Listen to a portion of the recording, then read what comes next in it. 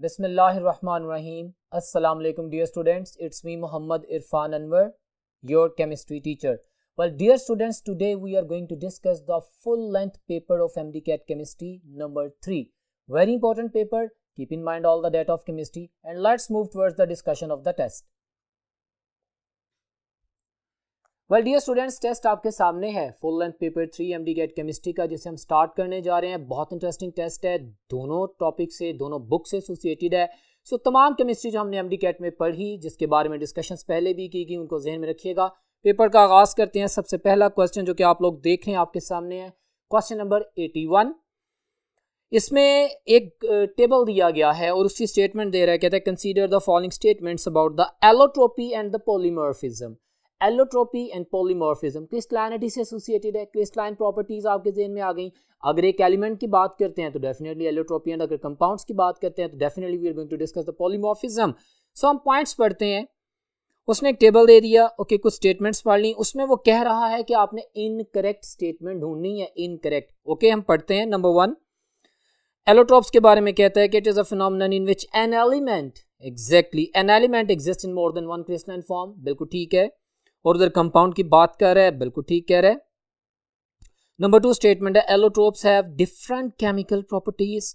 Well my dear students, carbon चाहे diamond की form में हो, चाहे ग्रेफाइट की फॉर्म में हो, चाहे कोल की फॉर्म में हो, अगर आप इसको बर्न करते हैं तो कार्बन डाइऑक्साइड और वाटर ही बनता है ना।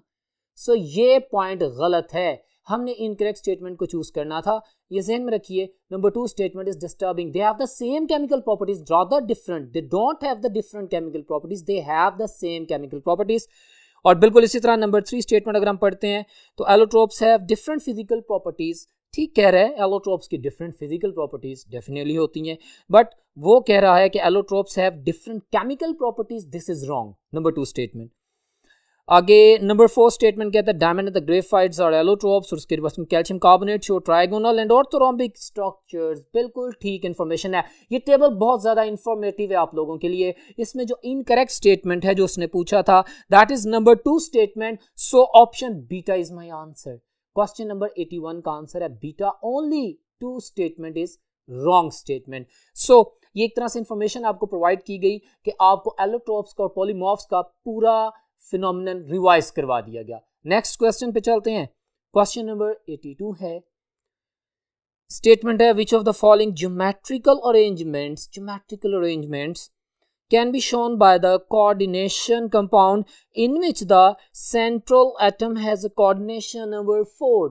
अगर central metal ion coordination number 4 रखता है तो हमारे पास दो तरह की हिब्रिडाइजेशंस पॉसिबल हैं, DsP2 एंड sp3। एक में टेट्राहेड्रल, एक में स्क्वायर प्लेनर। ये दोनों ज्योमेट्रीज मुमकिन है। अब क्वेश्चन की तरफ बढ़ते हैं। अल्फा में कहता है टेट्राहेड्रल ज्योमेट्री ओनली, और बीटा में कहता है स्क्वायर प्लेनर ज्योमेट्री ओनली, और चार्ली में कहता है both A and B. So this is my answer. इसको मैंने अभी डिस्क्राइब किया आप लोगों के लिए, आपके सामने मौजूद है।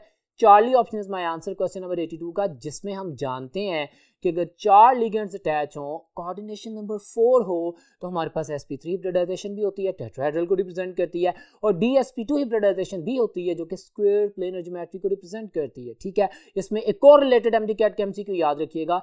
डेफिनेटली sp3 हिब्रिडाइजेशन में अगर 4 लिगेंड्स अटैच हैं सेंट्रल मेटल आयन के साथ तो वो आउट ऑफ द प्लेन है, वो प्लेनर ज्योमेट्री नहीं है, लेकिन स्क्वायर प्लेनर ज्योमेट्री है। तो ये पॉइंट भी पूछा जा सकता है, बड़ा सिंपल सा क्वेश्चन। नेक्स्ट क्वेश्चन है question number 83 dear students. Statement है 1 mole of a substance always contain 6.02 × 10⁻23 particles.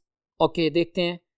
और यही इसने पूछा है। एटम्स भी 6.02 × 10⁻23 हो सकते हैं, हमारे पास मॉलिक्यूल्स भी हो सकते हैं। जनरली स्पीकिंग हम कहते हैं पार्टिकल्स, चाहे वो कोई भी हो, जितने चाहे मॉलिक्यूल्स हो, चाहे एटम्स हो, इवन के हम नंबर ऑफ इलेक्ट्रॉन्स की अगर बात कर लें, प्रोटॉन्स न्यूट्रॉन्स की बात कर लें, तो पार्टिकल जब कंसीडर करेंगे तो 1 mole of any species carries the 6.02 × 10⁻23 number of the particles. बहुत आसान सवाल, बीटा ऑप्शन मेरा आंसर है। और इस क्वेश्चन की सेंस आपको ये टीच करती है कि MDCAT में बड़े सिंपलेस्ट मोड को भी कॉम्प्लिकेटेड करके पूछा जा सकता है। बहरहाल ये क्वेश्चन बड़ा simple, beta option is my answer, particles. Next question है जी क्वेश्चन नंबर 84। स्टेटमेंट है नाइट्रोजनस फर्टिलाइजर्स, ठीक हो गया, supply nitrogen to the plant of the soil, ठीक है, उसको प्रोवाइड करते हैं। Which of the following is the incorrect statement about the use of nitrogen. Use of nitrogen के पॉइंट्स ध्यान में रखिएगा, मेमोरी बेस्ड क्वेश्चन। अल्फा में कहता है कि it is useful for the early stage of the plant growth. सही कह रहा है, सही कह रहा है। उसने कहा इनकरेक्ट स्टेटमेंट को चूज करना है। सो अल्फा तो ठीक है। बीटा कहता है it is required to accelerate the seed and the fruit formation. Phosphorus is used to accelerate the initial growth of the seeds in the fruit. So nitrogen का ये use नहीं है। उसने कहा था इनकरेक्ट नाइट्रोजनस यूज के बारे में बताएं और वो मैंने बता दिया। बी स्टेटमेंट में आगे भी पढ़ देता हूं। चार्ली ऑप्शन कहता है it imparts green colour. Of course, ये आपकी बुक की लाइन। ऑफ कोर्स, जितने ज्यादा एमिनो एसिड्स बनेंगे उतनी हेल्दी ग्रोथ होगी। ठीक है, it imparts the green colour to the leaves. It is the main constituent of the proteins. Amino acids की बात की है, डेफिनेटली हमारे पास सारी प्रॉपर्टीज ठीक है, लेकिन नंबर 2 जो ऑप्शन है, बीटा ऑप्शन है, ये नाइट्रोजन का यूज नहीं है। और यही उसने पूछा था, बताओ नाइट्रोजन का यूज क्या नहीं है। Beta option is my answer. Next question, question number 85। Which of the following is a propagation step in the reaction between the methane and the chlorine when they are of course irradiated with the light? जब light provide की जाती है, homolytic fission होती है, free radicals generate होते हैं, initiation होती है, प्रोपेगेशन होती है, टर्मिनेशन होती है। अब एक जनरल कॉन्सेप्ट मैं आपको पहले बता चुका हूं। आपको पता है कि अगर हमारे पास प्रोडक्ट साइड पे 2 फ्री रेडिकल्स है तो इनिशिएशन है, अगर रिएक्टेंट साइड पे 2 फ्री रेडिकल है तो टर्मिनेशन है, और प्रोपेगेशन में हमारे पास। बट इन तमाम कॉन्सेप्ट के साथ आपने ये पॉइंट जरूर फोकस करना है कि आप लोगों के पास वो जो स्ट्रक्चर है, वो जो फॉर्मेशन हो रही है, वो प्रॉपर फ्री रेडिकल्स बने हो। ऐसा ना हो कि कोई भी फ्री रेडिकल प्लेस कर दिया जाए। सो इस लाइन को ध्यान में रखते हुए हम आंसर करते हैं। अगर मैं अल्फा ऑप्शन देखता हूं तो hydrogen free radical does not exist. So मेरी ऑप्शन ये नहीं है, मैं इसमें कंफ्यूज नहीं होऊंगा। उसने प्रोपेगेशन स्टेप पूछा, लग रहा है कि एक फ्री रेडिकल और एक न्यूट्रल मॉलिक्यूल है, but H free radical does not exist. आगे बीटा में कहता है methane and then chlorine. Of course we are going to get a kind of reaction out there, लेकिन इसकी प्रोडक्ट में वो गलती कर रहा है, once again H free radical बना रहा है, तो बीटा ऑप्शन भी नहीं होगी। हमने पॉसिबिलिटीज को चेक करना है।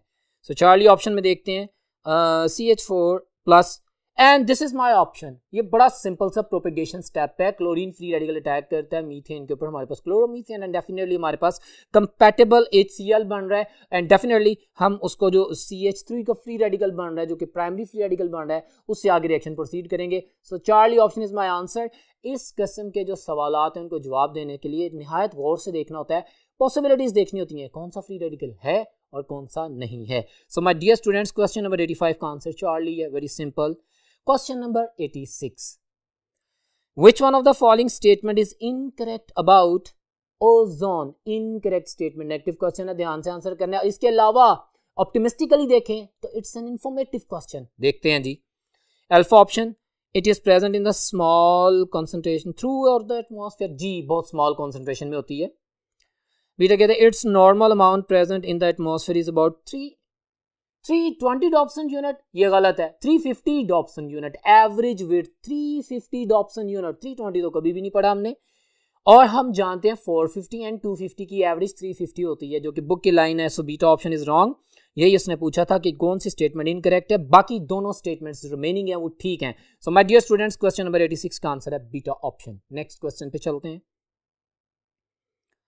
Polyvinyl chloride is formed by the polymerisation of PVC, polyvinyl chloride. Of course, it's an addition polymer formed by the polymerization of a monomer vinyl chloride. Vinyl chloride से polyvinyl chloride बन जाता है, एक addition polymer है। Definitely आप जानते हैं इसका प्रोसेस है, और ये बड़ा सिंपल सा आंसर बीटा ऑप्शन आपके सामने प्रेजेंट की गई है। ओके माय डियर स्टूडेंट्स, यहाँ पे अल्फा ऑप्शन में लिखा हुआ है एलाइल क्लोराइड। बाकी चीज़ें तो आपके लिए बड़ी सिंपल है, methyl and ethyl. But what do you mean bye allyl chloride? Allyl group कौन सा होता है? रिलेटेड है, चूंकि नाम पूछा गया है और MD-CAT में हमने इसको आंसर करना है। My dear students, propene, propene में से जब हमारे मिथाइल ग्रुप में से एक H निकले, प्रोपीन में CH2 double bond CH single bond CH3 होता है। CH3 में से जब हाइड्रोजन निकला है तो एलाइल कहलाता है। और अगर प्रोपीन में CH2 डबल बॉन्ड CH में से CH2 में से अगर H निकले तो उसको प्रोपीनाइल बोलते हैं। सो एलाइल क्या होता है? प्रोपीन में से जो CH3 है उसमें से एक H निकले। आपकी इंफॉर्मेशन के लिए आपको एक्सप्लेन कर दिया। बहरहाल क्वेश्चन हमारा बड़ा सिंपल था और उसका आंसर बीटा था, बट वर्ड एलाइल को भी मैंने जस्टिफाई किया है for your convenience. Next question पे मूव करते हैं, that is the question number 88। The general formula of the carboxylic acids is carboxylic acids का जनरल फार्मूला हम अल्काइल चेन के साथ COOH जोड़ देते हैं, CnH2n प्लस 2 अल्केन होता है, उसमें से एक H निकालेंगे, उसकी जगह COOH लगा देंगे तो क्या बनेगा, CnH2n plus 1 and COOH. So beta option is my answer. Very simple. So these kind of the question could be asked in the MDCAT और आपको इसका प्रॉपर और बड़ा कॉन्फिडेंस के साथ सही आंसर करना होता है, ठीक है. So beta option is my answer. Question number 89.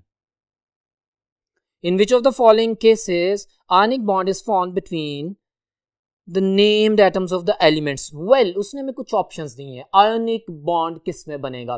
पहली बात तो ये कि मैं कैसे जज करूंगा कि इसमें आयोनिक बॉन्ड है? Do I cram? नो. मुझे पता है अगर इलेक्ट्रोनेगेटिविटी डिफरेंस 1.7 से ग्रेटर है तो बॉन्ड आयोनिक होगा. अगर इलेक्ट्रोनेगेटिविटी डिफरेंस 0.5 से 1.7 के दरमियान है तो पोलर कोवेलेंट होगा. और अगर ऑफ कोर्स 0.5 से कम है तो हम उसे नॉन पोलर कोवेलेंट बॉन्ड कहेंगे. उसने पूछा आयोनिक बॉन्ड, सो मैं देखता हूं इन ऑप्शंस में से. माय डियर स्टूडेंट्स, हम जानते हैं एल्युमिनियम जो क्लोराइड है, नंबर 1 स्टेटमेंट उसने कही Al और Cl, ये पार्शियली आयनिक होता है, प्योरली आयनिक नहीं होता. AlCl3 का बॉन्ड पार्शियली आयनिक होता है. सो मेरा आंसर ये नहीं है. BF3 हम पॉपुलर लाइंस पढ़ के आए हैं, पेक्यूलियर बिहेवियर ऑफ बोरॉन में, कि बोरॉन कोवेलेंट बॉन्ड बनाता है, बोरॉन कोवेलेंट बॉन्ड बनाता है, boron trifluoride covalent in nature होता है, तो ये भी आंसर नहीं है. Number 3 statement sodium and hydrogen, yes, sodium की electronegativity 0.9, hydrogen 2.1, electronegative difference definitely 1.7 से ज्यादा है. सो ये एक आयोनिक हाइड्राइड की एग्जांपल है, सोडियम हाइड्राइड जो आयोनिक हाइड्राइड है. सो माय डियर स्टूडेंट, जो उसने पूछा मेरे पास, Charlie option is my answer. Sodium and the hydrogen, इसका बॉन्ड आयोनिक होता है. सो ये स्टेटमेंट ठीक थी, इसी को मैंने चूज करना था जो कि उसने पूछा. क्वेश्चन नंबर 89 का आंसर है Charlie. Next question, question number 90 है. Mark the incorrect statement about the solubilities at 25 degree centigrade of the compound of the 2A metals, alkaline earth metals, beryllium, magnesium, calcium, strontium. of course ये सारी याद रखें, 2A metals हैं, ठीक है, alkaline earth metals हैं. इनके compounds की जो periodicity आपकी बुक में डिटेल में दी गई है, उससे रिलेटेड क्वेश्चन है, हम पढ़ते हैं, आंसर करते हैं. उसने कहा मुझे बताएं कि कौन सी जो प्रॉपर्टी है इनकरेक्ट पूछ रहा है, वो बाकी करेक्ट होंगी. अल्फा में कहता है solubility of the magnesium sulfate and the beryllium sulfate is more than that of the sulfates of others. सही कह रहा है. solubility of the sulfates of the alkaline earth metal decreases down the group. सही कह रहा है. Beta में कहता है solubility of the magnesium carbonate and beryllium carbonate is more than that. बिल्कुल ठीक कह रहा है. solubility of the sulfates and carbonates and chromates also decreases down the group. ऊपर वाली कार्बोनेट्स, सल्फेट्स, ऑफ कोर्स क्रोमेट्स ज्यादा सोलबल होते हैं, नीचे वाले इनसोलबल या लेस सोलबल होते हैं. सोलबिलिटी इनकी क्रोमेट्स की, सल्फेट्स की, कार्बोनेट्स की टॉप टू बॉटम डिक्रीज करती है. सो चार्ली स्टेटमेंट भी ठीक है. डेल्टा में कहता है solubility of the magnesium hydroxide and beryllium. Well, hydroxides की सॉल्युबिलिटी अल्कलाइन अर्थ मेटल के टॉप टू बॉटम इंक्रीज करती है. सो ये डेल्टा स्टेटमेंट कह रहे हैं ना कि magnesium hydroxide beryllium hydroxide are less soluble, तो भाई वो कह रहा है मोर सोलुबल कह रहा है ना, basically they are less soluble. तो ये स्टेटमेंट डेल्टा मेरा आंसर है. ये इनकरेक्ट स्टेटमेंट बोल रहा है, वो कह रहा है कि दे आर मोर सोलुबल. नहीं भाई, वो लेस सोलुबल होते हैं. Top to bottom solubility increase करती है. तो आपने इस कॉन्सेप्ट को जो मैंने अलहदा अलहदा फॉर्म में एक्सप्लेन किया है, इसलिए बोला है कि आपसे एलिमेंट कोई भी चेंज कर दे, आपको तरतीब याद होगी अल्कलाइन अर्थ मेटल्स की, किसी भी एलिमेंट का हाइड्रोक्साइड, कार्बोनेट, सल्फेट, कार्बन कुछ भी दे दे, आप आंसर कर सकेंगे. क्लियर है. So delta option is the incorrect statement, जो से मैंने आंसर कर दिया. Question number 91. Freons, chlorofluorocarbons commonly used as the refrigerants. Very simple and very common answer.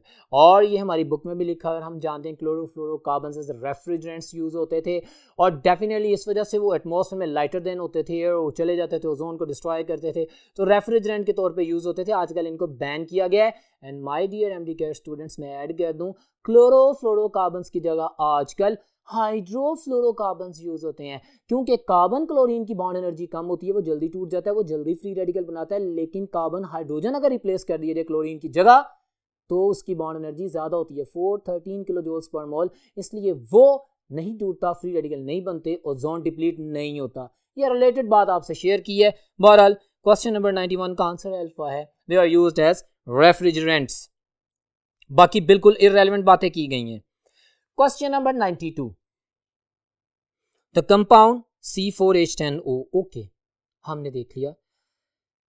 On oxidation yields a ketone with the formula, okay, the parent compound is most likely to be। क्या मुझे confuse होने की जरूरत है? बिल्कुल नहीं। क्या मैं स्ट्रक्चर बनाऊंगा एक लिमिटेड टाइम इसको आंसर करने के लिए? बिल्कुल नहीं। मुझे उसने खुद ही आंसर कर दिया एक स्टेटमेंट में, वो कहते हैं कंपाउंड है, और उसके स्ट्रक्चर से मैंने अंदाजा लगा लिया कि ये मेरे पास एक तरह की अल्कोहल की बात कर रहा है। अच्छा वो जुमला क्या बोलता है, क्योंकि हम जानते हैं ना CnH2n+2O एल्कोहल्स का जनरल फार्मूला होता है, ऑफ कोर्स बिल्कुल हम जानते हैं। C4H10O एक ब्यूटेनॉल की बात कर रहा है। अब वो ब्यूटेनॉल जो ऑक्सीडेशन पे कीटोन बनाती है, मुझे पता है कि secondary alcohols generate ketones on oxidation, primary alcohols generate aldehydes. तो उसने मुझे कह दिया कि भाई एक अल्कोहल से कीटोन बनी है, तो अब मुझसे स्ट्रक्चर पूछ रहा है, अंडरस्टूड है कि मैं उसको आंसर करूंगा जो मेरे पास सेकेंडरी अल्कोहल होगी। 1 ब्यूटेनॉल तो प्राइमरी अल्फा मेरा आंसर नहीं है, and the 2 butanol beta option is my answer. No need to worry about. यहां पे मैंने आपको एक टेक्निक टीच की है जो आप जहन में रखेंगे कि जब वो वर्ड कीटोन बोल रहा है और आपको अल्कोहल का पता है, तो आपको पता है कि सेकेंडरी अल्कोहल्स जब ऑक्सीडाइज होती हैं, they are going to generate the ketones. Primary alcohols oxidize to generate aldehydes. What about the tertiary alcohols? मैं साथ ही क्वेश्चन कर रहा हूँ। Tertiary alcohols oxidize? No sir, they do not oxidize. Rather they show beta elimination reaction to produce alkenes. Primary alcohol oxidize to generate aldehydes. Secondary alcohols oxidize to generate ketones. And the tertiary alcohols do not oxidize. They show the elimination reaction from the alkenes. Clear है? So ये statement है, beta option is my answer. Next question पे चलते हैं। Question number 93 है students, statement है, paper आपके सामने है। In which of the following species the central atom has sp2 orbital hybridization. Popular statement. Well my dear students, मैं repeat कर रहा हूँ ऑरली, मैंने अपने लेक्चर में भी बताया, प्रीवियस टेस्ट में भी डिस्कशन की, अब दोबारा रिवाइज कर रहा हूँ। ऐसा क्वेश्चन आ जाए, आपको हिब्रिडाइजेशन कैलकुलेट करनी हो सेंट्रल एटम की, कैसे करेंगे? आप 3 चीजों को ऐड करके हिब्रिडाइजेशन स्टीरिक नंबर से फाइंड करेंगे। अगर स्टीरिक नंबर 4 आए तो sp3 हिब्रिडाइजेशन, स्टीरिक नंबर 3 आए तो sp2, 2 आए तो sp hybridisation. Sir steric number कैसे कैलकुलेट करें? लिसन, मैंने कहा था वो एटम जिसकी हिब्रिडाइजेशन आपने फाइंड आउट करनी है, आप देखें वो सिग्मा बॉन्ड कितने बना रहा है, प्लस देखें उस सेंट्रल एटम पे लॉन पेयर्स कितने हैं, प्लस देखें कि उस पे कोई नेगेटिव चार्ज है, negative charge plus number of sigma bond plus the lone pair, इनको ऐड करेंगे, आंसर जो भी आएगा that is the steric number. अगर 4 आता है तो sp3 हिब्रिडाइजेशन, ऑफ कोर्स अगर मेरे पास 3 आता है तो sp2 हिब्रिडाइजेशन, और 2 आता है sp हिब्रिडाइजेशन आता है। सो मैं इनमें अगर देखता हूं तो माय डियर स्टूडेंट्स, मेरे पास अल्फा, बीटा और चार्ली। अल्फा बीटा में तो क्लियर नजर आ रहा है ना कि 4 सिग्मा बॉन्ड है, सिंगल बॉन्ड है, तो sp3 हिब्रिडाइजेशन है। Charlie water H2O, oxygen 2 sigma bond बना रहा है और ऑक्सीजन पे 2 लॉन पेयर है, स्टीरिक नंबर 4 आ गया, तो इसकी भी हिब्रिडाइजेशन sp3 है। अगर मैं डेल्टा ऑप्शन की बात करूं तो SO3 ये मेरा आंसर है, SO3 sulphur, double bond oxygen, double bond oxygen, double bond oxygen. Sigma bond कितने हैं सल्फर के पास? 3। सल्फर पे कोई नेगेटिव चार्ज नहीं है, सल्फर के पास अब कोई लॉन पेयर नहीं है, हिब्रिडाइजेशन sp2 होगी क्योंकि सिर्फ 3 सिग्मा बॉन्ड है, स्टीरिक नंबर 3 है। सो ये मैंने रिवाइज किया है for you people, it's a very important point two answer the questions in MDCAT, so you must focus on that. Next question, question number 94 है, which is incorrect statement for the subshells, incorrect statement for the subshells, incorrect, they are of the different shapes and energies। हम जानते हैं ना different shapes, SPDF, azimuthal quantum number, L की value 0, 1, 2, 3, you better know। They are arranged in order of the increasing n plus L value, बिल्कुल हम 1s2, 2s2 and so on जब move करते हैं तो इंक्रीजिंग एनर्जी में fill up करते हैं, सही कह रहे हैं। हमने इनकरेक्ट देखनी है। चार्ली में कह रहा है they are always represented by the azimuthal quantum number L, बिल्कुल सही कह रहा है। डेल्टा में कहता है they are arranged in the decreasing order of energy, बिल्कुल गलत कह रहा है। Delta option is my answer, this is incorrect statement. अभी तो बोला इंक्रीजिंग ऑर्डर में अरेंज करते हैं। So very simple question, that was 94 का answer delta. Question number 95, which of the following particles would on losing an electron have a half filled set of the p orbitals? बहुत खूबसूरत सवाल है, अगर आपको कॉन्फ़िगरेशन प्रैक्टिस में होगी तो आप आंसर कर सकेंगे। फॉर योर कन्वीनियंस मैंने इसे सॉल्व किया है, see on the white board. Question number 95। My dear students, मैंने बड़ी टेक्निक से N-1 की कॉन्फ़िगरेशन लिखी है 2s2p में। भाई अगर खाली नाइट्रोजन की कॉन्फ़िगरेशन होती है तो आप जानते हैं तो NS2 यानी 2s2 होता है और 2p3 होता है, लेकिन N-1 से मुराद ये है कि देखिए मैंने ब्लू कलर में एक इलेक्ट्रॉन ऐड किया है इसकी कॉन्फ़िगरेशन में जी। उसने पूछा कौन सी स्पीशी जिसमें से एक इलेक्ट्रॉन निकाला जाए, ये पॉइंट है MDCAT का जिस पे आपने फोकस करना है। आपको खाली नाइट्रोजन दे दिया, आपके जेहन में है कि हाँ भी नाइट्रोजन में हाफ फिल्ड पी सब शेल होता है, लेकिन उसने ये क्वेश्चन नहीं किया। उसने कहा कि इसमें से जब इलेक्ट्रॉन को निकालेंगे तब हमारे पास हाफ फिल्ड पी सब शेल बचना चाहिए। सी दैट नाइट्रोजन -1 है, ये उसकी कॉन्फ़िगरेशन थी। जब मैं उसमें से एक इलेक्ट्रॉन निकाल दूंगा तो ब्लू वाले को माइनस करूंगा, then I will be lefted by the half filled P subshell. Very simple answer. So my dear students, focus on the Charlie option is my answer. बड़े ध्यान से आंसर करने हैं आपने, आपको कॉन्फ़िगरेशन आनी चाहिए और फिर इसके साथ तमाम रूल्स आने चाहिए, स्पेसिफिकली डीजेनरेट ऑर्बिटल्स के लिए जो होन्स रूल है उसकी केमिस्ट्री आनी चाहिए, ठीक है। So Charlie option is my answer. Next question है question number 96. X and Y are the reagents required to convert 1 bromopropane into the butanoic acid. Okay, what are the correct identities of X and Y? I know that you could be able to answer this question, but for your revision I'm going to perform this in front of the whiteboard. See बेटा question number 96 आपके सामने 1 bromopropane मैंने लिख दिया, 1 bromo. Potassium cyanide से जब ये reaction करता है तो न्यूक्लियोफिलिक सब्स्टिट्यूशन रिएक्शन होता है। आपके पास Cn नेगेटिव रिप्लेस कर देता है Br नेगेटिव को, it's a stronger nucleophile, it's going to replace this one. हमारे पास ये स्ट्रक्चर आता है और ये देखें अल्कोहलिक मिथाइल अल्कोहल, उसने जो स्ट्रक्चर लिखा है ना, एक और बात सुन ले रेलेवेंट है। बट डियर स्टूडेंट्स, अगर आपने हाइड्रोक्साइड यूज किया होता, पोटेशियम हाइड्रोक्साइड यूज किया होता, उसमें मैटर करता है कि आप अल्कोहल यूज करेंगे तो एलिमिनेशन होगी और अगर आप एक्वस मीडिया यूज करेंगे तो सब्स्टिट्यूशन होगी। बट पोटेशियम साइनाइड के लिए जरूरी नहीं है आप अल्कोहल यूज करें। ऑफ कोर्स जो मर्द वाटर यूज करें, अल्कोहल यूज करें, क्योंकि cyanide is a strong nucleophile, इसने हर हाल में न्यूक्लियोफिलिक सब्स्टिट्यूशन ही करनी है। क्लियर है? सो सब्स्टिट्यूटेड प्रोडक्ट आती है। फिर जब मेरे पास वाई केस आता है, H पॉजिटिव यानी एसिड को रिप्रेजेंट कराना, एसिड हाइड्रोलिसिस करते हैं, हम जानते हैं कि साइनो ग्रुप जो है कन्वर्ट हो जाता है किसमें, कार्बोक्सिलिक एसिड ग्रुप में। सो माय डियर स्टूडेंट्स, मेरे पास ये ब्यूटेनोइक एसिड का स्ट्रक्चर बन जाता है। अब X और Y मैं आंसर कर सकता हूँ टेबल में बड़ी आसानी से। तो X मेरे पास पोटेशियम साइनाइड है, ऑफ कोर्स एल्कोहलिक मीडियम में, यहाँ पे फिनोल के साथ कंफ्यूज नहीं होना ऑफ कोर्स, इसलिए मैं कह रहा हूँ कि बीटा ऑप्शन मेरा आंसर नहीं है, चार्ली है। और डेफिनेटली आप HCl एक्वस मीडियम में हाइड्रोलिसिस करें, एसिड हाइड्रोलिसिस, क्योंकि आपने ब्यूटेनोइक एसिड बोला है। बहुत से स्टूडेंट बीटा ऑप्शन में ये सोच रहे होंगे कि भी बेसिक हाइड्रोलिसिस भी तो हो सकता है जी, उसमें भी तो साइनो ग्रुप कार्बोक्सिलिक एसिड में कन्वर्ट होता है जी, बिल्कुल होता है, लेकिन बेस की प्रेजेंस की वजह से वो एसिड सॉल्ट बनाता है एज अ फाइनल प्रोडक्ट। उसने मुझे ब्यूटेनोइक एसिड बोला है, तो एसिड तभी होगा ना जब मेरे पास मीडियम भी एसिडिक होगा, इसलिए मैं चार्ली ऑप्शन को चूज कर रहा हूं। बहुत खूबसूरत सवाल था, इसके ऊपर मैं फोकस करके एक्सप्लेन कर रहा हूं कि मेरे पास अगर आपने फाइनल प्रोडक्ट कार्बोक्सिलिक एसिड बनाना है, then you have to go for the acid hydrolysis. So Charlie option is my answer. Next question, question number 97। When the elements of the group 2A are exposed to air, metals की बात कर रहे हैं, alkaline earth की, they quickly become coated with the layer of the oxide। ठीक है, what is the purpose of this oxide layer? हम जानते हैं किसी भी एक्टिव मेटल को जब हवा में एक्सपोज करते हैं, ऊपर से रिएक्शन होकर उसकी सरफेस टार्निश हो जाती है, प्रोटेक्टिव लेयर बन जाती है, वो फर्दर उसके रिएक्शन को रोकती है, इनहिबिट करती है, प्रोटेक्ट करती है। तो अब वो पूछना चाह रहा है, Charlie option is my answer, the oxide layer protects the metal, the remaining metal, the below metal lines from any other reaction, protect करती है, उनको कोरोजन से बचाती है। So Charlie option is my answer 97 की। 98 क्वेश्चन, एक structure बना दिए, the skeletal formula of the dipeptide formed between the aspartic acid and the okay phenylalanine is given, दे दिया जी। कहता है क्या, how many functional groups are present in that. उसने आपको ट्रिक करने के लिए 2 फंक्शनल ग्रुप को हाईलाइट किया है। See on the white board मैंने कुछ चीजें हाईलाइट की हैं, this is in front of you the structure. मैं सिर्फ फंक्शनल ग्रुप्स की बात करूंगा। COOH 1, NH2 amine 2, and this is amide linkage 3, number 3, and this is ester linkage 4।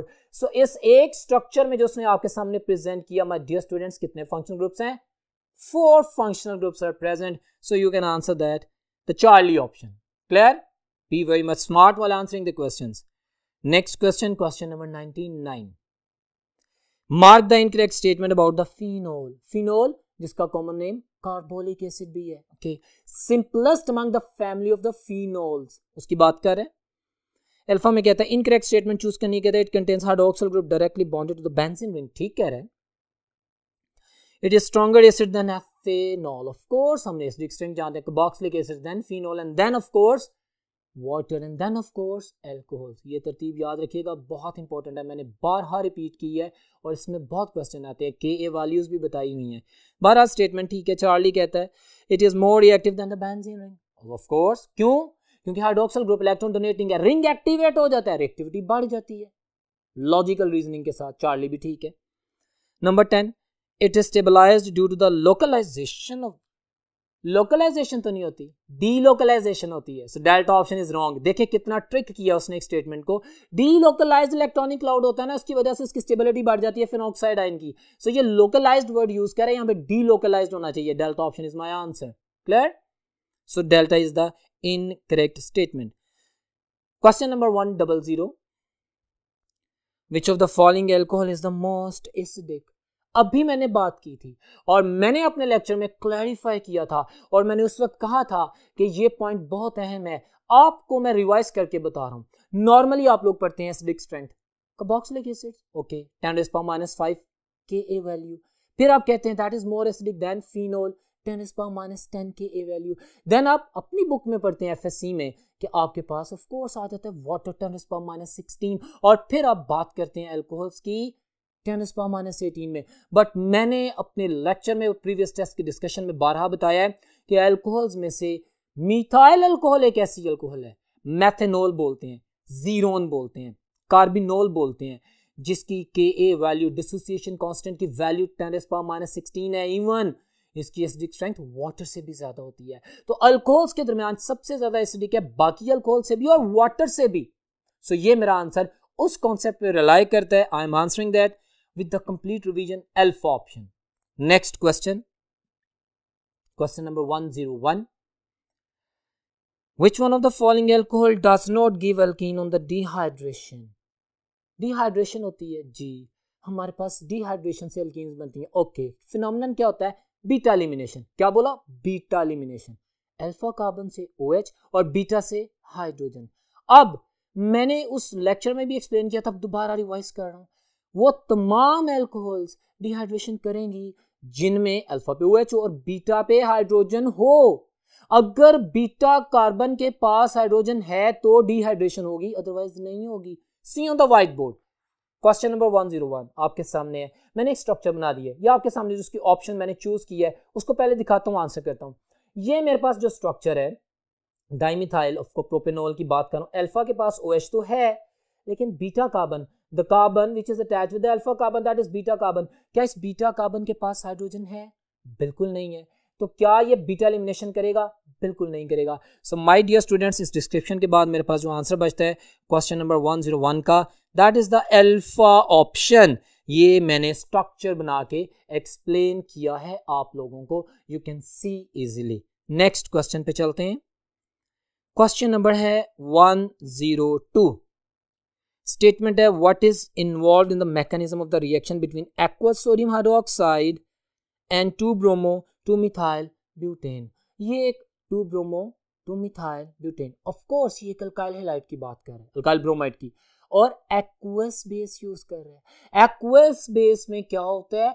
Nucleophilic substitution होती है, पहले बॉन्ड टूटते कार्बोकेटाइन बनता है, ऑफ कोर्स एंड डेफिनेटली। अगर तो मेरे पास प्राइमरी अल्काइल हैलाइड्स हैं डेफिनेटली, तो you are going to get what kind of the reaction? SN2। और अगर मेरे पास टर्टरी है तो यू आर गेटिंग SN1। बहरहाल पहले केस में बॉन्ड ब्रेकिंग होगी, देन बॉन्ड मेकिंग होगी, ये अलग-अलग हो सकती है, ये साइमल्टेनियस हो सकती है। उसकी डिबेट को ज़हन में रखते हुए आंसर करते हैं।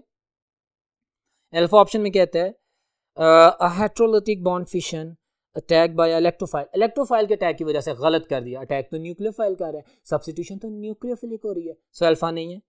बीटा में कहता है हेटेरोलिटिक बॉन्ड फिशन, जी, कार्बन और अल्काइल हैलाइड का बॉन्ड फिशन हो गया। Attack by a nucleophile, this is my answer.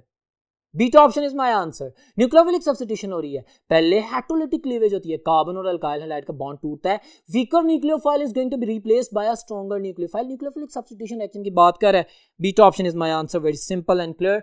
Next question, question number 103, a regular coiling or zigzagging of the polypeptide chain caused by the hydrogen bonding between, of course, mild linkage की बात करें। अच्छा, ये definition है किसके structure की? Secondary structure की। So secondary protein की बात कर रहा है, beta option is my answer. एक लीनियर चेन बनती है, स्ट्रक्चरल क्लासिफिकेशन कर रहा हूँ प्रोटीन्स की, primary then secondary then tertiary, आपके पास 3 डायमेंशनल कॉम्पैक्ट स्ट्रक्चर, और अगर और कॉन्वोल्यूशन हो जाए तो हम बोलते हैं क्वाटर्नरी प्रोटीन्स। तो ये स्ट्रक्चर की बेसिस के ऊपर ये जो लाइन बोली है ये कॉपी है आपकी बुक में, this is the structure of the secondary protein. So question number 103 का आंसर है beta option. Next question, question number 104, identify the incorrect statement about the halogens. Halogens fluorine, chlorine, bromine, iodine, इसको ध्यान में रखिएगा। Alpha में कहता है they all form the compounds with the positive oxidation state except fluorine. जी बिल्कुल सही कह रहे हैं, फ्लोरीन इससे ज्यादा इलेक्ट्रोनेगेटिव कोई नहीं है, इसलिए हमेशा नेगेटिव ऑक्सीडेशन स्टेट में। दूसरा, ये अपने ऑक्टेट तक महदूद होता है, फ्लोरीन हमेशा एक ही ऑक्सीडेशन स्टेट शो करता है, दैट इज -1। बिल्कुल सही कह रहा है। बाकी हैलोजेंस हम जानते हैं, जैसे क्लोरिक एसिड हो गया, perchloric, hypochloric acid +1, of course हमारे पास +3 भी आ सकता है, +5 भी आ सकता है, +7 भी आ सकता है, और आयोडीन तो नेचुरल रिसोर्सेज में ही पॉजिटिव ऑक्सीडेशन स्टेट में पाया जाता है। ये मैंने एमसीक्यूज बोले हैं आप लोगों के लिए, इसको ध्यान में रखिएगा। अल्फा स्टेटमेंट ठीक है, रिलेटेड बातें शेयर कर दी हैं। बीटा में कहता है, हमने इनकरेक्ट चूज करनी थी, बीटा में कहता है hydrogen halides in aqueous solution are stronger acid than HF। सही कह रहा है, क्योंकि हाइड्रोजन फ्लोराइड तो अपने H+ आयन को रिलीज ही नहीं करेगा, वीकेस्ट एसिड है, क्योंकि एसिड तो अच्छा वो होता है ना जो जितने ज्यादा प्रोटॉन लूज करे, HF तो रिलीज नहीं करता। सही कह रहे हैं। चार्ली में कहते हैं all the hydrogen halides are found in the liquid state. This is wrong my dear students.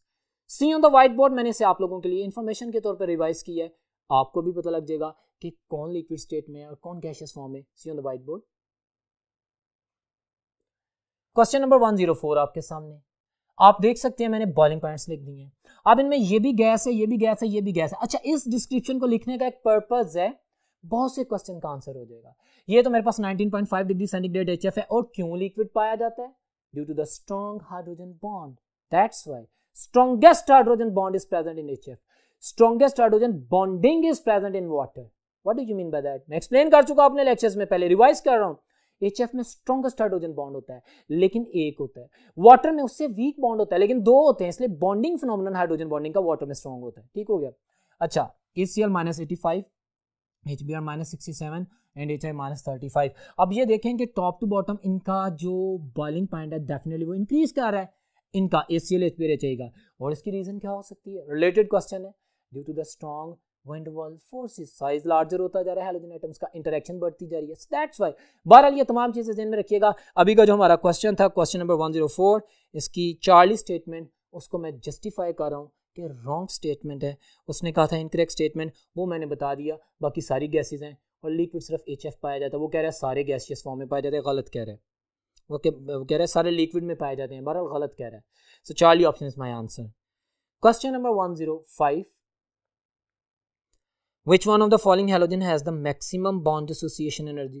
बारहा पढ़ चुके हैं, बॉन्ड एनर्जी यानी बॉन्ड एसोसिएशन एनर्जी और इलेक्ट्रॉन अफिनिटी का ट्रेंड हैलोजेंस में सेम होता है। सबसे ज्यादा chlorine, then bromine, then fluorine और least iodine. For your revision मैंने इस व्हाइट बोर्ड पर सॉल्व किया, see on the white board. Question number 105 है, इसकी मैंने बॉन्ड एसोसिएशन एनर्जी किलोजूल्स पर मोल में लिख दी है। क्लोरीन की सबसे ज्यादा 243 kilojoules per mole, bromine 193 kilojoules per mole, then fluorine 155 kilojoules per mole, and iodine 151 kilojoules per mole. This is the bond dissociation energy to be justified. Beta option is my answer. Question number 105. Next question है question number 106. Acid rain has all of the following harmful effects except, वो कौन सा effect है जो acid rain का नहीं है? Alpha में कहता है it retards the growth of tree, सही कह रहा है, डिस्ट्रॉय करता है ना, डिस्ट्रक्शन करता है। Result skin disease of course है। Effect big marble constructions, definite जैसे हम कहते हैं ताजमहल को डिस्ट्रक्शन कर रहा है, जहाँ पे भी मार्बल की डेपोजिशन है, मार्बल की alkaline compound, definitely when it will react with the acid तो वो डिसॉल्व हो जाएगा। डेल्टा कहता है results increase in pH, my dear students, acid की वजह से पीएच डिक्रीज करती है, इंक्रीज नहीं करती, तो ये गलत कह रहा है डेल्टा ऑप्शन। ये मेरा आंसर है, वो कह रहा है increase in pH, sorry decrease, pH decrease होती है एसिड की वजह से। सो delta option is my answer, very simple. Question number 107, the coordination number and the oxidation state of the platinum atom in the complex। Okay, अभी इसको answer कर देते हैं फॉर योर कन्वीनियंस। वैसे मैं आपको आंसर करता हूँ, beta option is my answer. कैसे? See on the white board. Question number 107, मैंने स्ट्रक्चर लिख दिया है। अब उसने कॉम्प्लेक्स के ऊपर कोऑर्डिनेशन स्फीयर के ऊपर, कोऑर्डिनेशन स्फीयर वो कि लार्ज पैरेंथेसिस में लिखा जाए, central metal line along all of its ligands, वो that is the coordination sphere. +2 charge है। अब मैंने लिगेंड्स को देखना, मैं कैसे फाइंड आउट कर रहा हूँ? पहले तो मैं कोऑर्डिनेशन नंबर की बात करता हूँ, number of lone pairs donated to the central atom, that is the coordination number. अब ये सारे मोनोडेंटेट लिगेंड्स हैं, 4 ये और 2 ये, टोटल 6 इलेक्ट्रॉन पेयर डोनेट हो रहे हैं, तो इसका कोऑर्डिनेशन नंबर 6 हो गया। ठीक है, ऑक्सीडेशन स्टेट कैसे फाइंड आउट करेंगे भाई? क्लोरीन ये नेगेटिव लिगेंड है, ये अमीन जो हमारे पास न्यूट्रल लिगेंड है, -2 चार्ज अंदर है, लेकिन बाहर +2 हो रहा है, इसका मतलब है मेटल पे +4 चार्ज है, सो इसका ऑक्सीडेशन स्टेट +4 आ जाता है। बारहा इसकी प्रैक्टिस कर चुके हैं, for your revision I practice it again. So मेरे पास जो आंसर आता है that is beta option. One more thing my dear students, ऐसा क्वेश्चन आसान तो है, लेकिन आपने उस तरतीब के मुताबिक आंसर करना है जो स्टेटमेंट में बोली गई है। उसने कहा कि पहले कोऑर्डिनेशन नंबर बताओ, फिर ऑक्सीडेशन स्टेट बताओ। अगर वो पहले ऑक्सीडेशन स्टेट कर देता और बाद में कोऑर्डिनेशन नंबर करता, तो फिर आप उसी तरतीब के मुताबिक आंसर करते। क्लियर है? ये पॉइंट ज़हन में रखिएगा। सो अभी मेरे पास जो आंसर है that is the beta option. Next question, question number 108, paper आपके सामने है। Major source of the acid deposition in the atmosphere is sulphur dioxide. Popular question, not trioxide, dioxide. Dioxide is the primary pollutant atmosphere में आता है ना, SO2। So beta option is my answer. इसकी acidity ज़्यादा होती है nitrogen के oxide से भी, और वैसे भी उसने NO जो लिखा है ना, NO2 तो एसिडिक है, बट NO न्यूट्रल होता है। ये भी याद रखिएगा, MD-CAT में आपसे पूछ सकता है। मैं बारहा बता चुका हूँ कि नाइट्रोजन का ऑक्साइड जो नाइट्रिक ऑक्साइड है NO, और लाफिंग गैस जो N2O है, ये नॉन मेटल ऑक्साइड होने के बावजूद न्यूट्रल टू लिटमस है। बिल्कुल इसी तरह carbon monoxide neutral to litmus है, हालांकि नॉन मेटल का ऑक्साइड है। बड़ा रिलेटेड बातें हैं। क्वेश्चन नंबर 108 का आंसर था बीटा ऑप्शन। नेक्स्ट क्वेश्चन पे चलते हैं। क्वेश्चन नंबर 109 है, विच of the following alkyl halide has the secondary carbon atom? Very simple, the carbon which is further attached with the 2 other carbon atoms, definitely. तो अभी हम देख लेते हैं। तो सेकेंडरी अल्काइल हैलाइड की बात कर रहे हैं उसने, beta option is my answer. इसमें जो हाइड्रोजन एटम है उस कार्बन से अटैच है जो कि सेकेंडरी नेचर है। Very simple and clear. Alpha भी प्राइमरी है और चार्ली टर्शरी है और डेल्टा भी प्राइमरी है। So beta option is my answer, that is secondary. Next question पे चलते हैं। Question number 110, what mass of oxygen is consumed by the complete combustion of the 21 gram of the ethene? बहुत मुश्किल लग रहा है क्वेश्चन देखने में, लेकिन इसको सॉल्व करते हैं। बहुत आसान है, आपने सिर्फ बैलेंस केमिकल इक्वेशन को ध्यान में रखना है। See on the white board. Question number 110, मैंने इथीन की कंबस्शन करके इक्वेशन लिखी। मैंने कहा इथीन हाइड्रोकार्बन है, बर्न होता है, कार्बन डाइऑक्साइड वाटर बनता है, उसको बैलेंस कर लिया, आपके सामने है। अब उसने ऑक्सीजन और इसका रिलेशन पूछा है, तो according to the balance chemical equation let's suppose a stoichiometric calculation, मैंने इनका मोल मोल रिलेशनशिप लिखा according to the balance equation. 1 mole ethene का 3 मोल ऑक्सीजन का यूज करता है। उसने तो मोल्स की बात नहीं की, उसने तो मैस पूछा है। मैंने कहा ठीक है, मैंने इसका मैस लिख दिया 28 ग्राम। इसको कैलकुलेट करके यू बेटर नो, 2 कार्बन है, 12 ईच है, और ये 4 हाइड्रोजन है, 28 ग्राम मैस आ जाता है। Oxygen of course 32 multiplied by 3 96 ग्राम आ जाता है। अब उसने मुझे इसका मैस दे दिया है। ये ट्रिक है कैलकुलेट करने के लिए, बड़ा कॉमन सा ट्रिक है, कोई न्यूमेरिकल नहीं करना, हमने MD-CAT में पढ़ा हुआ है, प्रैक्टिस की हुई है। सो मैं उसका गिवन मैस लिखूंगा 21 ग्राम, और अननोन इसकी आइडेंटिफिकेशन करनी है, क्रॉस मल्टीप्लाई करेंगे। वॉच दिस, मेरे पास ये सामने आता है 96 मल्टीप्लाई बाय 21 ओवर 28। इसको मैं सॉल्व करता हूं आपके सामने, 7/3 and 7/4 and then 4/96 24 आ जाता है। You are getting the 72 gram mass. This is in front of you, you are going to solve it. So बड़े आसान तरीके से MD-CAT की टेक्निक को ध्यान में रखते हुए मैं इसको आंसर कर रहा हूं। सो माय डियर स्टूडेंट, मेरे पास आंसर बताता है बीटा ऑप्शन 72 ग्राम। नेक्स्ट क्वेश्चन पे चलते हैं। 111, naphthalene and silica are example of dash and the dash solids respectively. Naphthalene hydrocarbon, non polar, और नॉन पोलर में अगर इंटरमोलेकुलर फोर्स ऑफ अट्रैक्शन हो दो नॉन पोलर मॉलिक्यूल्स में, तो वो हमारे पास कौन सी क्रिस्टल्स बनाते हैं? मोलेकुलर सॉलिड बनाते हैं। और सिलिका हम जानते हैं स्ट्रॉन्ग कोवेलेंटली बॉन्डेड नेटवर्क होता है, तो हमारे पास पहली ऑप्शन में आएगा मोलेकुलर सॉलिड एंड सेकंड में आएगा covalent solid. Charlie option is my answer. Clear है? ये तमाम बातें ज़हन में रखिएगा। इसको नेफ्थालीन को नॉन पोलर की टर्मिनोलॉजी में मैंने इसलिए एक्सप्लेन किया है कि आप आयोडीन के कॉन्सेप्ट को मैच कर सके। वो भी तो नॉन पोलर होता है, उसके सॉलिड को हम मोलेकुलर क्रिस्टल कहते हैं ना, जो फेस सेंटेड क्यूब आयोडीन का बनाया था। बिल्कुल इसी तरह जो नेफ्थालीन है, कार्बन हाइड्रोजन होती है, एरोमेटिक रिंग है, हमारे पास फ्यूज रिंग है, तो इनमें अगर सॉलिड बन गया है तो किस फोर्स की वजह से बना है? जो नॉन पोलर इंटरेक्शन की वजह से। उस सॉलिड को क्या कहते हैं? Molecular solid. क्लियर है? So Charlie option is my answer. Question number 112, vapour pressure of a liquid increase with the increase of temperature. सही कह रहे हैं। रीजन पूछ रहा है, this is because of. Alpha में कहता है kinetic energy of the molecule increases, बिल्कुल ठीक कह रहा है। बीटा में कहता है इंटरमोलेकुलर फोर्सेस आर वीकेंड, इसी वजह से तो मॉलिक्यूल एवेपोरेट होते हैं। सो चार्ली में कह रहा है capability of molecule to leave surface decrease, गलत कह रहा है, उलट कह रहा है। Delta is my answer. Kinetic energy भी बढ़ती है, इंटरमोलेकुलर फोर्सेस वीक होती हैं, इस वजह से कैपेबिलिटी इंक्रीज होती है सरफेस को लीव करने की। सो अल्फा एंड बीटा दो जो स्टेटमेंट्स हैं बिल्कुल ठीक हैं।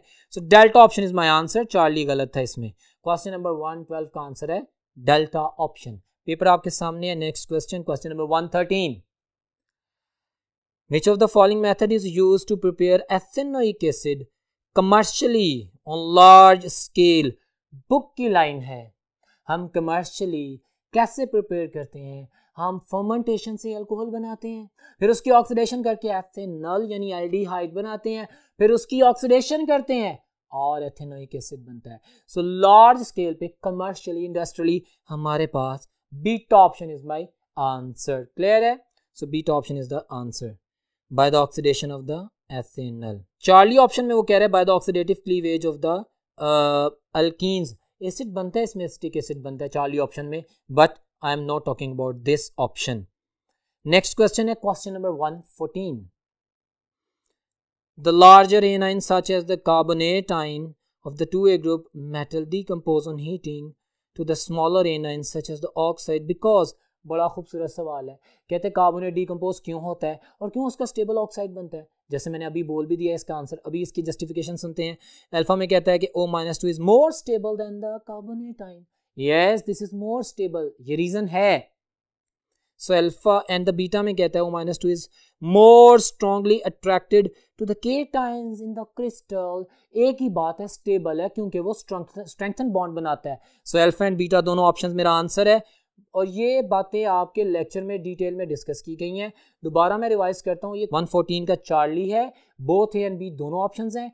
ये एक रिवीजन है क्वेश्चंस की, कॉन्सेप्ट्स की, आपने ध्यान में रखना है। Oxide is more stable because of the strong bond with the metal ion. इन दोनों चीज़ों को एक्सप्लेन करके अलग अलग पूछ रहा है, वो चार्ली ऑप्शन मेरा आंसर बनेगा। बड़े ध्यान से आंसर करना है, कॉन्सेप्ट की करेक्शन होनी जरूरी है। नेक्स्ट क्वेश्चन पे चलते हैं। Question number 115, a set of the hybrid orbitals that can undergo the most efficient overlapping is sp2 sp2 है, sp sp है, and Charlie is my answer, sp3 sp3, क्योंकि इसमें कोई डिस्टॉर्शन ऑफ इलेक्ट्रॉनिक क्लाउड नहीं आएगा, कोई pi bond नहीं आएगा जिसकी वजह से डिस्टर्बेंस नहीं होगी, मैक्सिमम ओवरलैपिंग होगी, सिग्मा बॉन्ड बनेगा sp3 ओवरलैप का। क्लियर है? सो चार्ली ऑप्शन, इसमें मैक्सिमम कोवेलेंट कैरेक्टर होगा। ठीक है? और टेट्राहेड्रल ज्योमेट्री बेटर जानते हैं। Charlie option is my answer. Next question, question number 116, the correct increasing order of the following carbon carbon bond lengths are.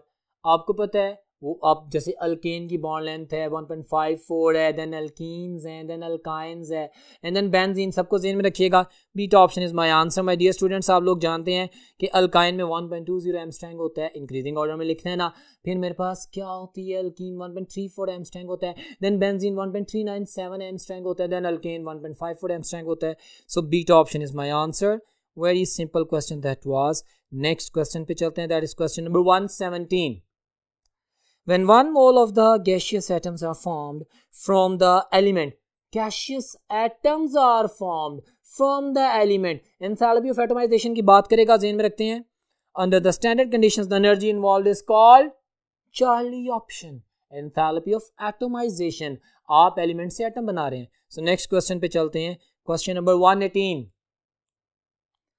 which of the following macromolecule contain carbon, hydrogen, nitrogen and oxygen. Starch में तो सिर्फ carbon, hydrogen, oxygen होते हैं, cellulose में भी carbon, hydrogen, oxygen होता है, proteins में नाइट्रोजन भी होता है। Charlie option is my answer. बहुत सिंपल क्वेश्चन था, बड़ा आसान क्वेश्चन चार्ली। 119 क्वेश्चन है, if the reactants or products of a chemical reaction can absorb ultraviolet radiations, spectroscopy, spectrometry को ज़हन में रखिएगा, visible or the infrared radiations, then the rate of a chemical reaction can be best measured by which one of the following physical method? Spectrometric method. Beta option is my answer. Rate of reaction को find out करने के जो physical parameters थे उसके मुतालिक ये question आया, beta option. Next question पे चलते हैं, question number 120. The number of the moles of the carbon monoxide which contain 4 grams of oxygen is, my dear students सुने मेरी बात गौर से, 1 mole of carbon monoxide में कितने ग्राम ऑक्सीजन होती है? एक एटम 16 ग्राम। तो आप जब उसको कर रहे हैं 4 ग्राम ऑक्सीजन कर रहे हैं, आप 1/4 ले रहे हैं, तो मोल का भी 1/4 हो जाएगा। अगर 1 mole, unit formula, 1 mole of carbon monoxide contain 16 gram of oxygen and 4 gram contain 0.25 mole, क्योंकि आपने ऑक्सीजन का 1/4 मैस लिया है, आप उसके मोल का भी 1/4 कर देंगे तो 0.25 mole. Alpha is my answer, very simple to calculate. So finger tips पे आप इसे कर सकते हैं, बहुत आसान है अल्फा ऑप्शन।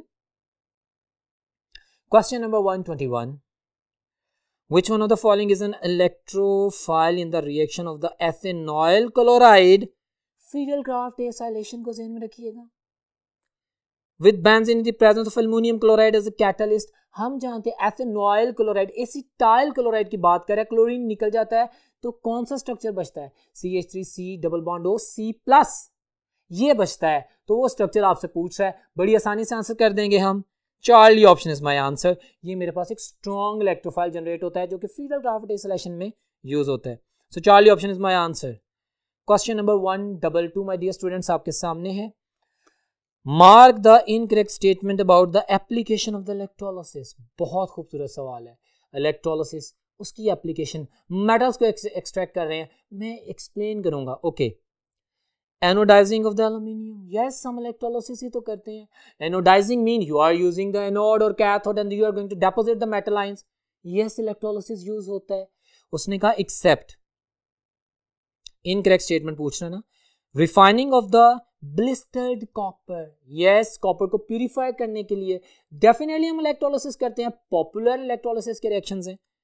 चार्ली में कहता है extraction of the sodium metal down cell, बिल्कुल इलेक्ट्रोलिसिस है, हमारे पास होता है। डेल्टा में कहते हैं extraction of iron, chapter number 6 second year chemistry, आप एक्सट्रैक्शन ऑफ आयरन करते हैं, क्या आप इलेक्ट्रोलिसिस परफॉर्म करते हैं? नहीं sir, we are using the furnaces, open hearth furnaces वगैरह वगैरह। तो आप सिंपल उसे हीट अप करते हैं, उसके ऑक्साइड्स इसमें से अलग कर लेते हैं, कुछ सॉलिड फॉर्म में, कुछ गैसियस फॉर्म में, और प्योर आयरन हासिल हो जाता है। तो आयरन को एक्सट्रैक्ट करने के लिए हम इलेक्ट्रोलिसिस नहीं करते। उसने यही पूछना चाहा आप लोगों से, आपको पता होना चाहिए। आपके डेल्टा ऑप्शन का आंसर आपको यकीनन ज़्यादा पता है बाकी ऑप्शंस की निस्बत, तो आप बड़ी आसानी से आंसर करेंगे कि भाई हम जब आयरन को एक्सट्रैक्ट करना चाहते हैं तो हम इलेक्ट्रोलिसिस नहीं करते। So delta option is my answer. Next question, question number 123, on electrolysis of the brine, Nelson cell की बात कर रहा है। ब्राइन 30% सोडियम क्लोराइड सोल्यूशन होता है। अच्छा, हमारे पास कास्टिक सोडा प्रिपरेशन होती है। Which of the following is not product? Hydrogen yes release होती है हमारे पास, ऑफ कोर्स। एनोड पे क्लोरीन होती है, सही कह रहा है। ऑक्सीजन नहीं होती। अगर ऑक्सीजन रिलीज हो जाए तो याद है आप लोगों को, आपने पढ़ा था हमारे पास ये ट्रबल है, इसको हम दूर करते हैं by keeping the brine level higher in the anode chamber. तो हम ऑक्सीजन को नहीं जनरेट कर रहे होते, ऑक्सीजन नहीं बन रही होती। Charlie option is my answer. बाकी कास्टिक सोडा भी बनता है, हाइड्रोजन गैस भी लिबरेट होती है ऑफ कोर्स, और साथ साथ क्लोरीन भी रिलीज होती है। So Charlie option is my answer. बहुत खूबसूरत एमडीकैट के क्वेश्चंस आ रहे हैं, आपके कॉन्सेप्ट को ट्रिक करने की कोशिश कर रहे हैं बड़े सिंपलेस्ट मोड में। This FLP is very much helpful for you, इसके ऊपर फोकस करें। क्वेश्चन नंबर 124 है, which of the following intermediates has the complete octet around the carbon atom? 8 electron, किस गिवन कंपाउंड में कार्बन के पास पूरे 8 इलेक्ट्रॉन्स हैं? इसका मतलब ये देखते हैं। फ्री रेडिकल, इसका नाम ही शो कर रहा है कि ऑफ कोर्स इसने एक इलेक्ट्रॉन, इससे फ्री रेडिकल, इसके पास डेफिशिएंसी है इलेक्ट्रॉन की, तो 8 तो नहीं है। Carbon A9, yes this is my answer, carbon A9। अगर इसने अपने एक बॉन्डेड एटम को छोड़ा है तो उसका इलेक्ट्रॉन लेके छोड़ा है, इस पे नेगेटिव चार्ज है। कार्बन A9 में कार्बन के वैलेंस में 8 इलेक्ट्रॉन पूरे हैं, ये मेरा आंसर है। अगर हम कार्बोनियम आयन की बात करें तो इसमें डेफिनेटली प्लस चार्ज है, तो उसका दूसरा वो जो स्पीशीज गई है वो इसका भी इलेक्ट्रॉन लेके गई है, 6 इलेक्ट्रॉन होंगे। और डेफिनेटली मेरे पास जो आंसर है that is the beta option only. Clear है? क्वेश्चन नंबर 124 का beta. Question number 125, combustion of the graphite to form the carbon dioxide can be done by the two ways, reactions are given। उसने हमें reactions दे दी हैं, enthalpies 3 में से 2 reactions की दे दी हैं, एक ही फाइंड आउट करनी है, और जिसकी फाइंड आउट करनी है वो कह रहा है वो कार्बन मोनोऑक्साइड है, तो कार्बन मोनोऑक्साइड की heat of formation find out करनी है। उसने मेरे सामने 3 इक्वेशंस लिख दी हैं, पेपर आपके सामने है, इसे मैंने सॉल्व किया है बड़े सिंपल वे में see on the white board.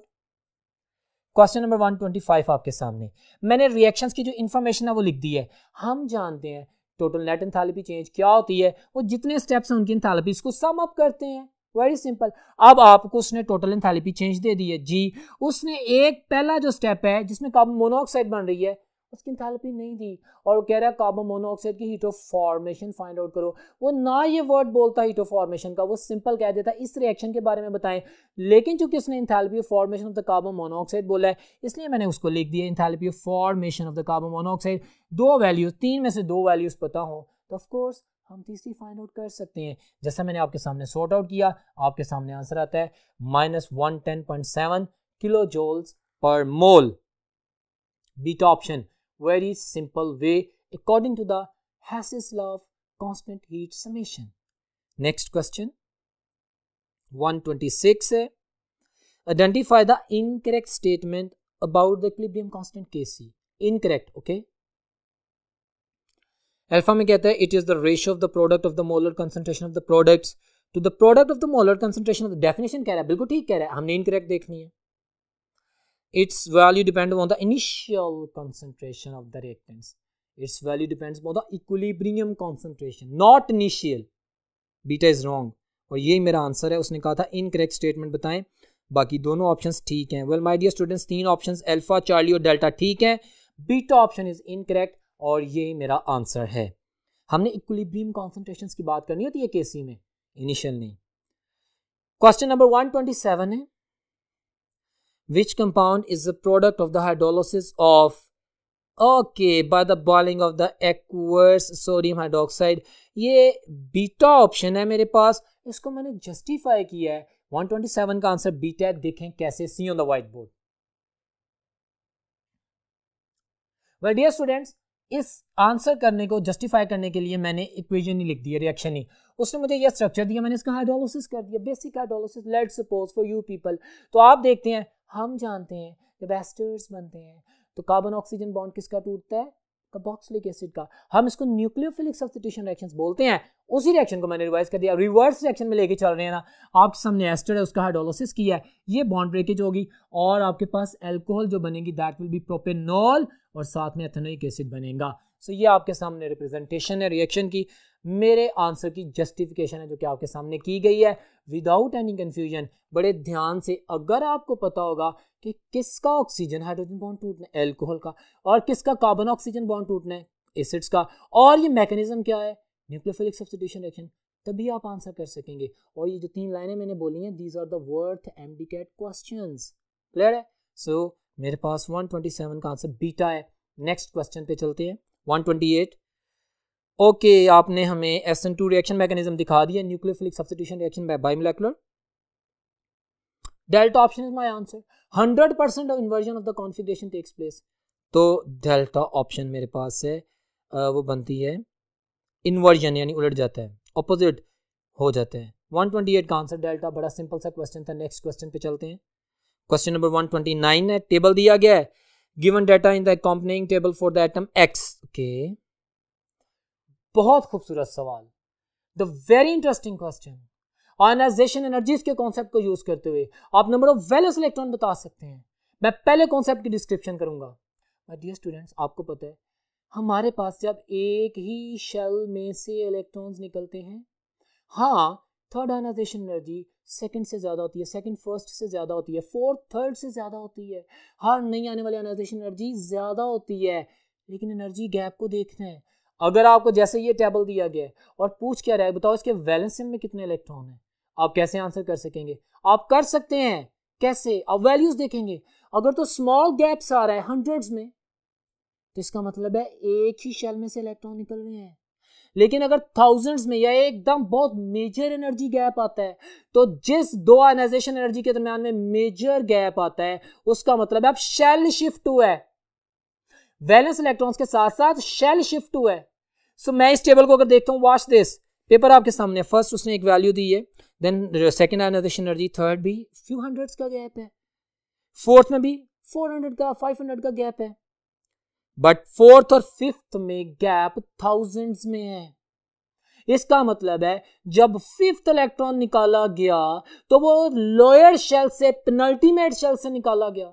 मतलब वैलेंस शेल में चार जो आयनाइजेशन एनर्जीज आई हैं वो थोड़े गैप से आई हैं। वैलेंस शेल में कितने इलेक्ट्रॉन हैं? 4 इलेक्ट्रॉन्स हैं। स्टूडेंट्स क्लियर हुआ? ये बहुत खूबसूरत क्वेश्चन था जिसमें टेबल दिया गया और जो क्वेश्चन उसने पूछा, Charlie option is my answer. इसकी कंप्लीट डिस्क्रिप्शन मैंने की है आपकी समझ के लिए। नेक्स्ट क्वेश्चन पे चलते हैं। 130 Which of the following ketone will not respond to the iodoform test? My dear student, हर वो कंपाउंड जिसके पास methyl ketonic group CH3CO bond होगा, स्ट्रक्चर होगा या बनने की पॉसिबिलिटी होगी, वो आयोडोफॉर्म टेस्ट करेगा, और जिसके पास ये नहीं होगा वो नहीं करेगा। अगर मैं अल्फा देखता हूं तो मिथाइल आइसोप्रोपाइल कीटोन, तो मिथाइल कीटोन तो है, ये देगा iodoform test. Beta ethyl isopropyl ketone, ketone के एक तरफ आइसोप्रोपाइल है, दूसरी तरफ इथाइल है, मिथाइल कीटोनिक ग्रुप नहीं है, तो बीटा आयोडोफॉर्म टेस्ट नहीं देगा। ये मेरा आंसर है, उसने पूछा था। और अगर डाइमिथाइल कीटोन की बात करें तो इसके दोनों तरफ मिथाइल है। सो माय डियर स्टूडेंट्स, आपके पास जो बीटा ऑप्शन है वो आयोडोफॉर्म टेस्ट नहीं देगा, 2-हेक्सेनोन भी देगा, क्योंकि 2-हेक्सेनोन का स्ट्रक्चर अगर देखें तो एक साइड पे मिथाइल चेन है, दूसरी तरफ आपके पास डिफरेंट चेन है। ठीक है, सो ये टेस्ट देते हैं, बीटा ऑप्शन टेस्ट नहीं देगा iodoform test. Next question, question number 131। Covalent solids have all of the following properties except. Covalent solids की प्रॉपर्टीज को ध्यान में रखिएगा, जो नहीं है वो आंसर करनी है। They are of the two types layered and the network structure, हम जानते हैं 2 टाइप लेयर्ड स्ट्रक्चर होते हैं। यहाँ पे 1 2 3 एंड 1 2 1 2 या ABC के अरेंजमेंट को बात की गई है, सही है। क्यूबिकल और हेक्सागोनल की बात की गई है। अच्छा, they have higher melting points and the boiling points, yes, covalent solids higher होते हैं, जैसे डायमंड हो गया, of course, जैसे सिलिका हो गया। They are readily soluble in the polar solvents. Wrong, they are not soluble in polar solvents, rather they are soluble in the non-polar solvents. ठीक है, so Charlie option is my answer.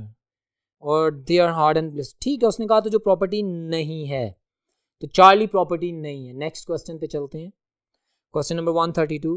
The correct electronic configuration copper की क्या होती है जी? Atomic number 29, popular question. 4s2 3d9, बिल्कुल गलत sir, ऐसा नहीं है। क्यों नहीं है? क्योंकि ऑर्बिटल स्टेबिलिटी की बात है। ओके, फिर क्या होगा? s से इलेक्ट्रॉन जंप करेगा, d10 ज्यादा स्टेबल है। ओके, हमारे पास कॉपर और क्रोमियम एबनॉर्मल कॉन्फ़िगरेशन शो करते हैं, लेकिन वो स्टेबल होती है। तमाम बातें ज़हन में आ गई। सो मेरे पास कॉन्फ़िगरेशन क्या आएगी? Of course argon 3d10 4s1 आएगी। So delta option is my answer. Next question, question number 133। Ketones are less reactive than aldehydes due to steric hindrance, due to the less electrophilicity of the carbon. वो point ध्यान में रखिएगा। Alpha में कहता है greater steric hindrance, जी। More positive induction, ठीक है, एल्डिहाइड्स में, ठीक, of the effect of the 2 alkyl groups, जिसकी वजह से कार्बन की पॉजिटिविटी कम हो जाती है। ये दोनों ऑप्शंस ठीक हैं, यही 2 रीजंस हैं। Ketones are less reactive than aldehydes, इसकी Charlie option is my answer. Beautiful question that was. Question number 134। Alcohols have higher boiling points than their corresponding alkanes due to the following reasons. Alcohols के boiling point high होते हैं, किस वजह से? Sir एक ही reason है कि उनमें हाइड्रोजन बॉन्डिंग ज़्यादा होती है। तो उसने कहा कि दे हैव द अल्केन्स की निस्बत, अल्कीन्स की निस्बत, ऑफ कोर्स ईथर्स की निस्बत, क्यों? उसमें हाइड्रोजन बॉन्ड पाया जाता है। So Charlie option is my answer, ability to form the hydrogen bond. Question number 135, paper आपके सामने है। Ethene is obtained from the bromo ethane by, हम क्या करते हैं अल्काइल हैलाइड्स की, मोनो अल्काइल हैलाइड्स की डीहाइड्रोहैलोजिनेशन करते हैं। अल्कोहलिक KOH की प्रेजेंस में हमारे पास अल्फा कार्बन से हैलोजन, बीटा से हाइड्रोजन निकलता है, बीटा एलिमिनेशन होती है। ये तमाम रेलेवेंट एमसीक्यूज हैं, ये 4 लाइनें 4 एमसीक्यूज थी। बहरहाल ये आंसर तो बहुत सिंपल है, डीहाइड्रोहैलोजिनेशन हो जाती है, अल्कीन्स बन जाती हैं मोनो अल्काइल हैलाइड से। सो beta option is my answer. Relevant बातें भी याद रखा करें, ये बहुत जरूरी है। I am putting my energy for you people. Next question, question number 136। Consider the following reaction. ठीक है जी, हमारे पास अल्काइल हैलाइड बन रहा है और कौन सा न्यूक्लियोफाइल है, OH negative is being replaced by Cl negative. उसने कहा कि PCl5 जब रिएक्शन करता है हमारे पास कार्बोक्सिलिक एसिड से, डेफिनेटली न्यूक्लियोफाइल एक Cl नेगेटिव है, वो दूसरे वीकर OH नेगेटिव को रिप्लेस कर रहा है। तो उसने पूछा बताओ न्यूक्लियोफाइल कौन सा है, प्रोडक्ट देख ही अंदाजा हो जाता है, क्लोराइड आयन नेगेटिव। ठीक है, Charlie option is my answer. Question number 137। Which one of the following reaction is an example of the first order reaction? अगर मैं ये कहूँ कि ये मेमोरी बेस्ड क्वेश्चन है, ठीक है, बहुत से बच्चों को पता होगा। अल्फा ऑप्शन, इन तमाम गिवन ऑप्शंस में से मेरे पास सेकंड ऑर्डर रिएक्शन भी है, डेल्टा थर्ड ऑर्डर रिएक्शन है मेरे पास, और इसी तरह हमारे पास of course second order reaction की बात कर रहा है। अल्फा मेरे पास कौन सा रिएक्शन है, उसने पूछा फर्स्ट ऑर्डर रिएक्शन है। कैसे, क्या ये एक्सपेरिमेंटल वैल्यू होती है? जी, एक्सपेरिमेंटल वैल्यू में हम number of moles according to the balance equation नहीं देखते। जैसे डेल्टा मैंने कहा कि थर्ड ऑर्डर रिएक्शन है, हालांकि नंबर ऑफ मोल्स तो 8 हैं। तो कैसे, स्लो स्टेप में जितने मॉलिक्यूल्स होंगे that will be the in fact order of reaction representation. See on the white board.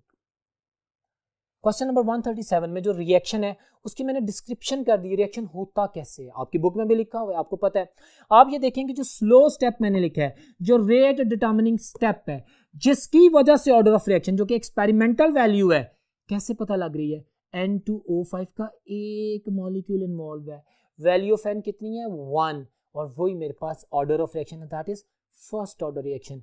My dear students, order of reaction से एसोसिएटेड बातें याद रखिएगा। It can be in fractions, yes, it can be 0, yes, it can never be more than 3, yes, ये बातें याद रखिएगा। Pseudo first order की chemistry भी याद रखिएगा, सेकंड थर्ड ऑर्डर के यूनिट्स भी याद रखिएगा। ये बहुत इंपॉर्टेंट पॉइंट्स हैं, इनके ऊपर फोकस कीजिएगा। बहरहाल अभी तो क्वेश्चन बहुत सिंपल था, उसने पूछा था एग्जांपल कौन सी है फर्स्ट ऑर्डर रिएक्शन की। क्वेश्चन नंबर 137 का answer alpha. Next question 138।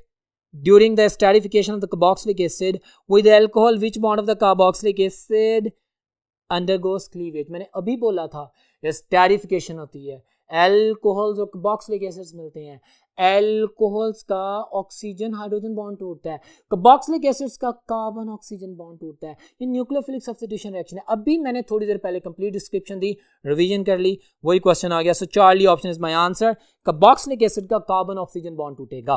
Next question पे चलते हैं। 139।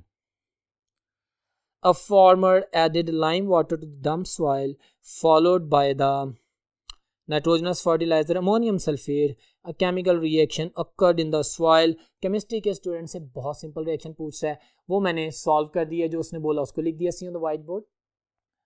क्वेश्चन नंबर 139 है, कैल्शियम हाइड्रोक्साइड है, अमोनियम सल्फेट है, ये आपके पास रिएक्शन हो रहा है। सॉइल में क्या बन रहा है, कैल्शियम सल्फेट और अमोनिया और साथ में वाटर। इस रिएक्शन को जो उसने बोला मैंने लिख दिया। आप पॉजिटिव को नेगेटिव से, इस पॉजिटिव को उसके नेगेटिव से, इस नेगेटिव को उसके पॉजिटिव से मैच कर देंगे, आपके पास प्रोडक्ट बन जाती है। So my dear students, options में पूछता है सल्फ्यूरिक एसिड तो नहीं बनता, अमोनिया बन रही है आप देख रहे हैं, इस तरह कैल्शियम सल्फेट बन रहा है। Delta option is my answer, both B and C. बहुत सिंपल क्वेश्चन।